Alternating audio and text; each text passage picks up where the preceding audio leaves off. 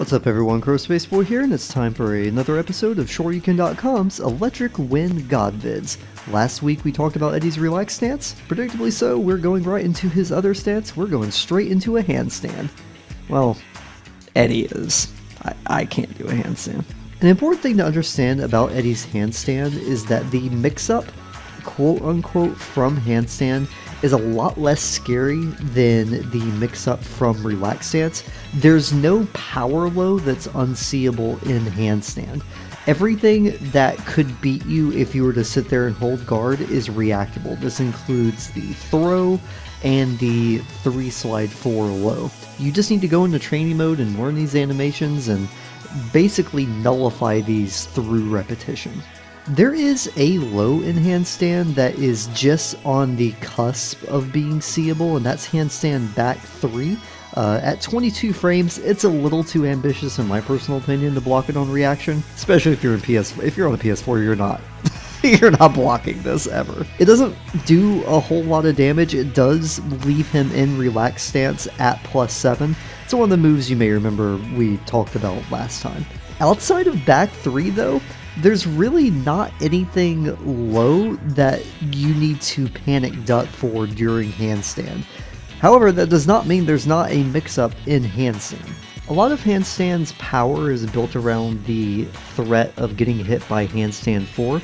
Handstand 4 is a 12 frame mid that frame traps at any time that Eddy is at plus frames of +2 or greater. And now that you know that, if you look at handstand's frame data over in the RB Norway link, you'll find that a lot of his transitions into handstand are definitely not at +2 or greater. In fact, the vast majority of them are very unsafe. The most important thing that you can do in regards to what we'll just call the windmill kicks is that you need to find a mid or a low that is fast enough to A, punish this, and B, shut down any sort of panic button options that he has afterwards. The Eddy player doing windmill kicks at you knows that windmill kicks are -7 to -5.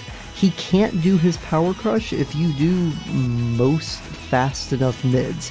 Even Chloe's hop kick will beat out the power crush attempt here.